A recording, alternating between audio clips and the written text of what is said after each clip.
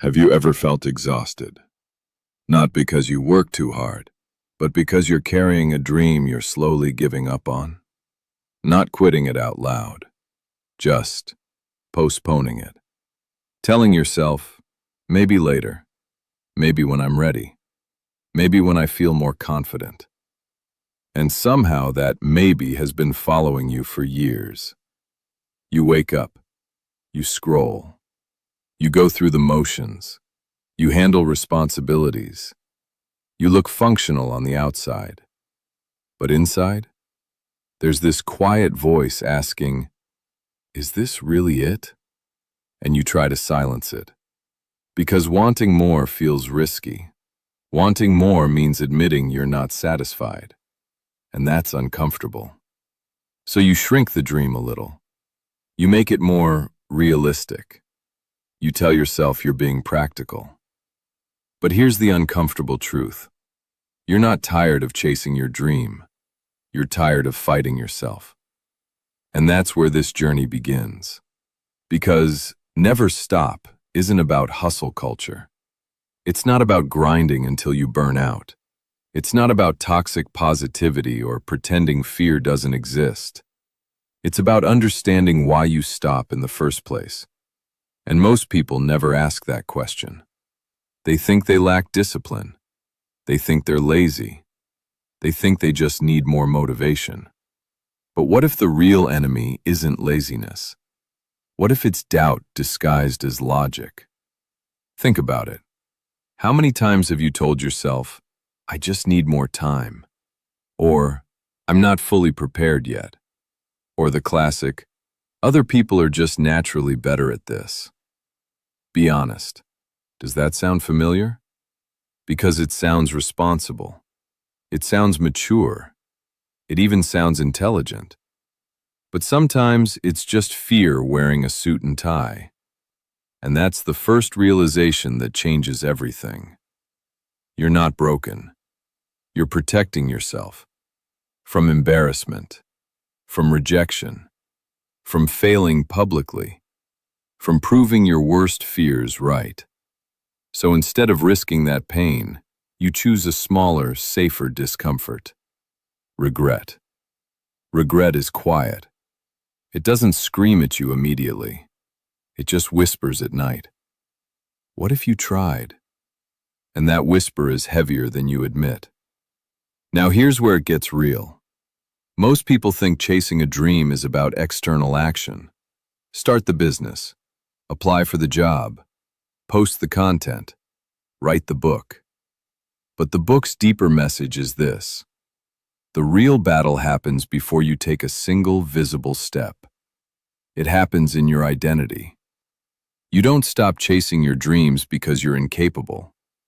You stop because, somewhere deep down, you don't fully believe you're the kind of person who gets to win. That's the part most people won't say out loud. I used to think I just lacked consistency. But the truth? I didn't trust myself to succeed. So I would start strong, get excited, visualize the outcome, and then slow down. Self-sabotage, procrastinate. Tell myself I needed a better plan. Why? Because if I never went all in, I never had to fully test my limits. If I failed halfway, I could always say, well, I didn't really try. That protected my ego, but it killed my progress. And maybe you've done that too. You keep one foot in and one foot out. You dream big, cautiously. You work hard, selectively. You believe, conditionally. And then you wonder why nothing fully moves. Wait till you hear this. The book suggests something radical. What if the goal isn't to eliminate fear? What if the goal is to outgrow the version of you that obeys it? That changes the whole game. Because fear doesn't disappear when you start. It evolves with you. When you're broke, you fear staying broke. When you start earning, you fear losing it. When no one knows you, you fear being invisible. When people start watching, you fear being judged. So if you're waiting to feel fearless, you'll wait forever. The real shift is this. You stop asking, "How do I feel?" and start asking, "Who am I becoming?" That question is dangerous because it forces you to look in the mirror. Right now, are you acting like someone committed to their dream or someone negotiating with it? Which one are you today, committed or negotiating? Don't answer out loud. Just know. And that awareness? That's the first step of the hero's journey. Not the dramatic leap, not the viral breakthrough, just the quiet realization. I've been the one holding myself back. And that's heavy. But it's also powerful. Because if you've been the one stopping yourself, you can be the one who stops stopping. So here you are, aware now. And awareness is uncomfortable. Because once you see the pattern, you can't unsee it. You notice how quickly you talk yourself out of things, how fast your mind jumps to worst-case scenarios, how you rehearse failure more vividly than success. And this is where resistance kicks in. You might be thinking, okay, but what if I actually fail? Good question. Because here's the part nobody tells you. You're not afraid of failing. You're afraid of what failing would mean about you. That you're not smart enough, not talented enough, not disciplined enough. And that's heavier than the event itself. Failure isn't the enemy. Identity collapse is. So you avoid situations that threaten the story you've built about yourself. Even if that story is small. Even if it's limiting. Because it's familiar. And the brain loves familiar. Even when familiar is miserable. Let me ask you something. Why do we keep choosing predictable disappointment over unpredictable possibility? Sit with that for a second. Because that's the real crossroads. The book reframes this in a way that hits hard. You don't need more motivation. You need a stronger reason to tolerate discomfort. Dreams aren't killed by obstacles. They're killed by repeated emotional fatigue. The tiny moments where you say, "Not today." And one "not today" turns into a week turns into a year, and suddenly you're explaining to someone why you used to want something. That sentence should scare you a little. I used to want. But here's where it gets interesting. The moment you decide to stop stopping, life doesn't instantly get easier. It actually feels harder at first. Because now you're conscious. You see the excuses forming in real time. You hear the doubt before it speaks fully. You catch yourself almost quitting. And that awareness feels like friction. You might even think, this was easier when I didn't care this much. And that's normal. Growth feels like friction before it feels like freedom. But wait till you hear this.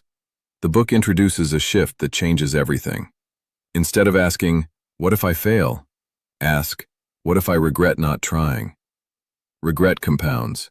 Failure teaches. Regret lingers. Failure stings. Regret haunts. Which one sounds heavier at 40, at 60, at 80? Be honest. Which one would keep you up at night? Because time is moving whether you move or not. And that's not pressure. That's perspective. You don't need to become a different person overnight. You just need to stop betraying the person you want to become. And betrayal doesn't always look dramatic. Sometimes it's subtle. Scrolling instead of starting.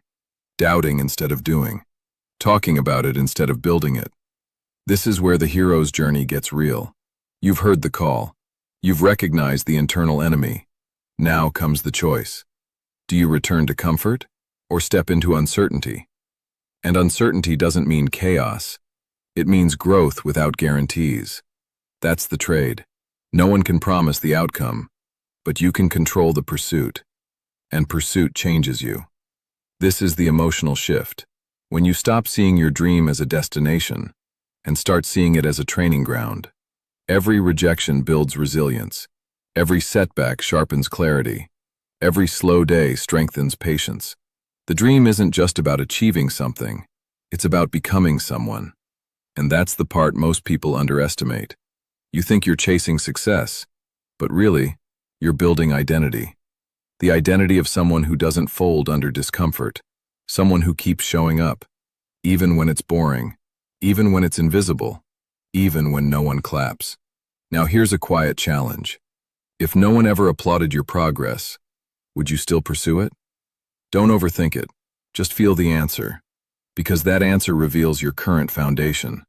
External validation or internal conviction. And conviction is built in private.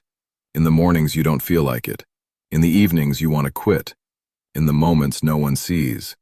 This is where most people stop. Not because they can't continue, but because continuing requires confronting themselves daily. And that's uncomfortable. But this next part changes everything. Once you stop running from discomfort, you realize something shocking. Discomfort isn't trying to destroy you. It's trying to develop you. Discomfort isn't your enemy. It's your instructor. And once you understand that, the entire journey shifts. Because now, when things get hard, you don't immediately assume you're off track. You start asking a different question. What is this moment trying to teach me? That question alone can save years of quitting. But here's where it gets real. Most people don't quit because it's hard. They quit because it's hard for longer than they expected.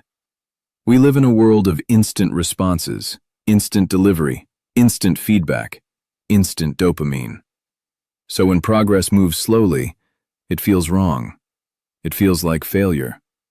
But slow progress isn't failure. It's reality. And reality doesn't trend. It builds quietly. Think about this. When you first get excited about a dream, it feels electric. You imagine the outcome, the recognition, the freedom, the transformation. Your brain releases dopamine just from imagining it. But then comes the maintenance phase, the repetition, the boring middle. And that's when excitement fades. Not because the dream is wrong, but because the novelty is gone. And most people confuse lack of novelty with lack of purpose. Be honest, how many times have you abandoned something once it stopped feeling new? Gym routine, side project, skill you wanted to master. It wasn't dramatic, you just slowly disengaged. This is the part nobody glamorizes. Consistency isn't sexy. It's repetitive. It's quiet. It's sometimes lonely. And it requires something deeper than motivation. It requires identity. Here's the shift the book emphasizes. Stop trying to act motivated. Start acting aligned. Motivation fluctuates. Alignment stabilizes. When your actions reflect who you believe you are becoming, you don't negotiate with yourself as much. You don't wake up asking, "Do I feel like it?" You wake up asking, "Is this who I am now?" That's powerful. Because identity-based action reduces inner conflict. You're not forcing yourself, you're expressing yourself. And that's a completely different energy. But wait, this is where doubt gets louder. Because once you commit to identity growth, your old habits panic. They don't want to disappear quietly. They whisper things like, "You're changing too much. This isn't you. Who do you think you are?" And here's the wild part. Those thoughts feel personal, but they're just resistance to growth. Your brain prefers the known version of you, even if that version is stuck. And this is where the hero almost turns back. This is the emotional valley, the phase where progress is invisible, results are minimal, and effort feels high. You might even think, maybe I overestimated myself. I've thought that before, more than once. And that's the shared confession most people won't admit. Sometimes you don't doubt the dream, you doubt your capacity to carry it. But capacity expands with use. Confidence doesn't precede action, it follows evidence, small evidence, repeated daily. You don't wake up confident, you earn it through kept promises, tiny ones. I said I would work for 30 minutes, and you do. I said I would apply today, and you do. I said I wouldn't quit this week, and you don't. That's how identity rewires, not through one giant leap, but through consistent proof. Now here's a question that might hit. Are you waiting to feel worthy before you commit? Or are you willing to commit until you feel worthy? That distinction changes timelines, because worthiness isn't granted, it's constructed, brick by brick, action by action. And here's the emotional twist. The dream you're chasing? It's not just pulling you forward. It's revealing your weaknesses, impatience, comparison, perfectionism, fear of judgment. And instead of seeing those as signs to stop, what if they're signs of where to grow? That reframe changes everything. Because now obstacles aren't proof you should quit. They're proof you're stretching. Stretching hurts, but shrinking hurts longer. And this is where your identity begins to shift. You're no longer the person who tries. You're the person who continues, even when it's slow, even when it's quiet, even when no one notices. Because the real reward isn't applause, it's alignment. And alignment feels peaceful. Alignment feels peaceful, not loud, not flashy, just steady. And steady is underrated. Because we've been conditioned to chase intensity, big wins, big moments, big validation. But the life you actually want? It's built in small, steady decisions no one sees. This is where the hero transforms. Not when the world recognizes them, but when they recognize themselves. When you look in the mirror and realize, I don't quit on myself anymore. That's power. And it doesn't arrive dramatically. It sneaks up on you. One day you notice you handled stress differently. You didn't spiral. You adjusted. Another day you catch yourself working even though no one's watching. Not because you have to, but because you decided this is who you are now. And that's when something shifts internally. You stop obsessing over outcomes. You start focusing on standards. Standards are different from goals. Goals are future-based. Standards are present-based. A goal says, I want to be successful. A standard says, I don't skip the work. A goal says, I want confidence. A standard says, I keep promises to myself. See the difference? Standards remove drama. They simplify everything. You don't debate daily. You execute daily. And ironically, that's when momentum builds. But here's where it gets even deeper. The book makes a quiet but powerful point. Relentless doesn't mean ruthless. It doesn't mean ignoring your emotions. It doesn't mean burning yourself out. It means refusing to abandon your growth. There's a difference. You can rest without quitting. You can adjust without surrendering. You can feel doubt without obeying it. That balance is maturity. And maturity wins long games. Let me ask you something personal.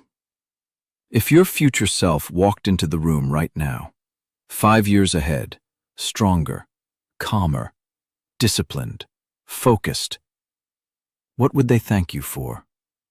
Would they thank you for playing safe? For scrolling more?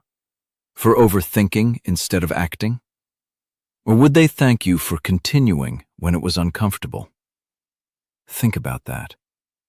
Because your future self is built by today's standards, not today's moods. And moods are temporary. Identity is cumulative. This is the final emotional shift. You stop seeing the dream as something out there, and you start seeing it as something growing inside you. Every day you show up, even imperfectly, you reinforce it. Every time you resist quitting, you strengthen it. And eventually, something clicks. You're no longer chasing motivation. You're embodying commitment. And commitment feels calm. It's not loud on social media. It doesn't need to announce itself. It just shows up, again and again and again, until results catch up. Now here's the uncomfortable truth. There will still be setbacks. There will still be slow months. There will still be moments where you question everything. That doesn't disappear. But what changes is you. You don't panic as quickly. You don't collapse as easily. You don't interpret every obstacle as a sign to stop. You've seen enough proof of your own resilience. And that proof builds quiet confidence, the kind no one can take from you. Because it wasn't given. It was earned. Brick by brick, moment by moment, decision by decision. And maybe this is the part that matters most. Never stop doesn't mean never feel tired. It doesn't mean never doubt. It means never abandon the version of you that's growing. You can pause. You can breathe. You can recalibrate. But you don't walk away from yourself. That's the promise. And if you've made it this far listening to this, something inside you still cares, still wants more, still believes there's another level. So here's the final question. Are you done negotiating with your potential? Or are you ready to build standards that outlast your moods? Sit with that, because life is going to move either way. 5 years will pass, 10 years will pass. The only real question is, will you be proud of how you showed up? If this felt uncomfortably accurate, if parts of this felt like I was reading your internal dialogue, good. That means you're aware. And awareness is the beginning of change. If this hit home, don't just scroll. Stay connected to ideas that challenge you. Subscribe and start choosing the version of you that doesn't stop.